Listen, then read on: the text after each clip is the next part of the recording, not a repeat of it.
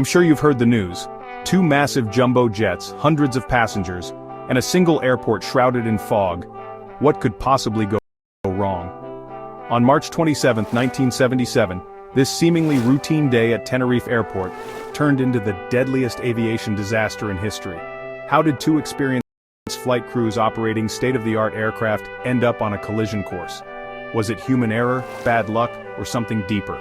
Stay with us as we uncover the tragic chain of events that changed aviation forever.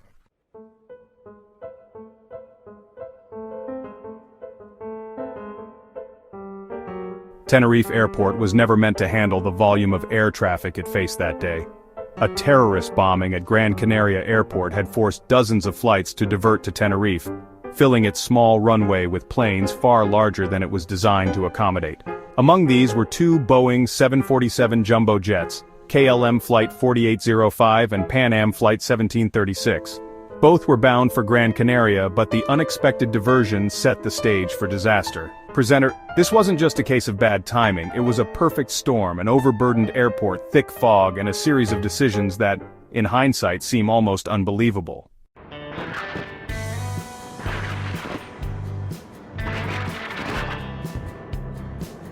KLM Flight 4805 was captained by Jacob Veldhuizen van Zanten, one of the airline's most respected pilots and even a face of their marketing campaigns.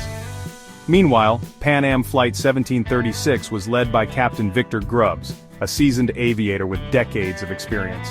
These were no amateurs. Both crews were highly trained and experienced, but even the best pilots in the world can't always overcome the unexpected. Presenter. So, what went wrong?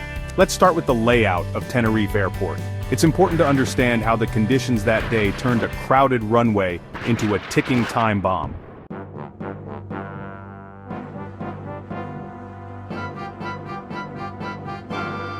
As the day wore on, dense fog enveloped Tenerife Airport, reducing visibility to almost nothing. The only way pilots could navigate the runway was by relying on air traffic control, and that's where the cracks began to show. Radio transmissions were plagued by misunderstandings and overlaps. Pilots and controllers spoke in English, but accents and phrasing made communication unclear. At one critical moment, a transmission from Pan Am was completely lost in the static. Presenter.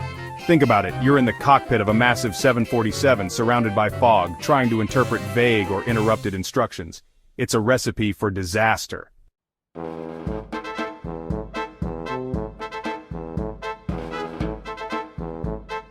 At 5:06 p.m., KLM Flight 4805 began taxiing to the end of the runway for takeoff. Pan Am Flight 1736 was instructed to follow but was still on the runway, searching for their assigned taxiway in near-zero visibility.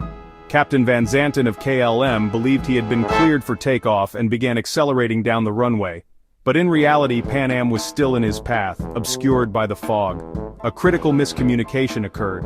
KLM's co-pilot expressed uncertainty, but Van Zanten, confident in his understanding, pressed forward. Meanwhile, the Pan Am crew, realizing what was happening, tried desperately to turn off the runway. This wasn't one mistake, it was a cascade. Miscommunication, overconfidence, and the limitations of human perception all collided in the worst way possible.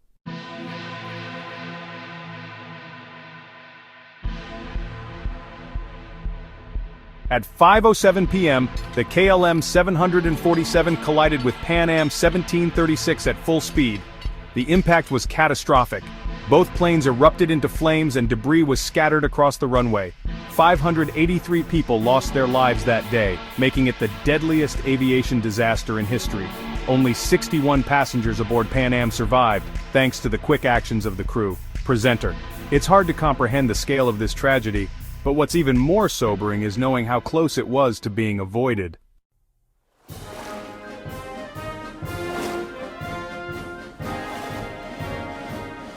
In the wake of Tenerife, aviation underwent a complete transformation. Clearer communication protocols, known as standard phraseology, were implemented to prevent misunderstandings. Cockpit Resource Management, or CRM, became mandatory, ensuring that co-pilots could challenge captains when necessary. These changes have saved countless lives and made aviation one of the safest modes of transportation today. Presenter Tenerife was a tragedy, but it wasn't in vain. The lessons learned have made the skies safer for everyone.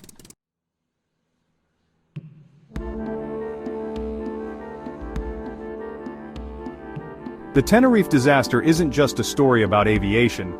It's a story about human error, communication, and the cost of complacency. It reminds us that even small mistakes can have unimaginable consequences. Presenter, this isn't just history. It's a cautionary tale, and it's one we can't afford to forget.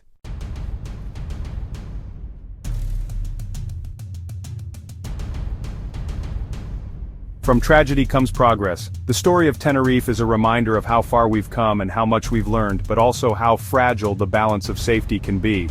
Presenter. Thank you for joining us on this journey into one of aviation's darkest days. If you found this story meaningful, please like, subscribe, and share your thoughts in the comments. Together, let's honor the lives lost by learning from the past.